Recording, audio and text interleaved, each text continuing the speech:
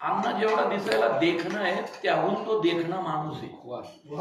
लक्षात ठेवा, म्हणजे हा शब्द लक्षात ठेवा. तो नुसतं दिसायला देखणं नाही, तो मनाने देखणं आहे.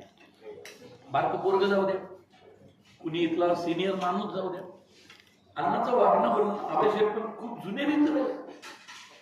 मी अण्णाला म्हणजे आता तुम्हाला म्हणून सांगतो, अण्णामध्ये आणि माझ्यामध्ये किती दिवसाचं अंतर आहे माहितीये का?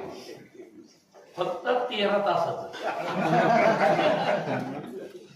बरं, आमच्या आया एकाच गावातले, नात्यातले, माळेगाव शेडगेवाडीचे दोघे मैत्रिणी, त्याची आई माझी आई, नात्यातली लोक, आमचे जन्म सगळे एकच, म्हणजे शेजारची घर ना.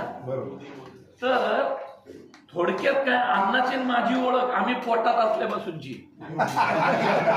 लक्षात ठेवा, दोन्ही बहिणी तिथल्या, एकाच गावातल्या, एकाच ठिकाणी, म्हणजे जन्म पण आमचे 12-13 तासाच्या अंतराने येतो. तो 9 नोव्हेंबर 74, मी 11-11 74.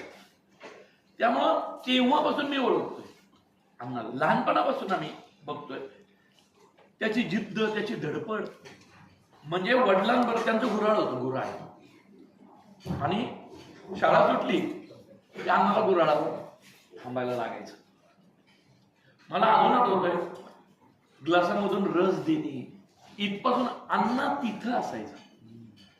म्हणून मी म्हटलं ना, आज तो केंद्रीय मंत्री झालाय, हे झालाय, सगळं झालंय, पण माणूस म्हणून अण्णा आजही तोच आहे जो पूर्वी होता.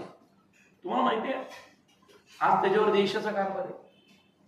सगळ्या देशभर तो फिरत असतो, आणि त्यात आपल्या गृहमंत्र्यांचा, माननीय अमित शाह साहेबांचा लाडका मंत्री. प्रत्येक ठिकाणी अण्णाला जावं लागतं, आणि एवढं सगळं करूनही त्याची पुण्याची नाळ तुटलेली नाही. प्रत्येक ठिकाणी तो जनता दरबार घेतो, महिन्यातनं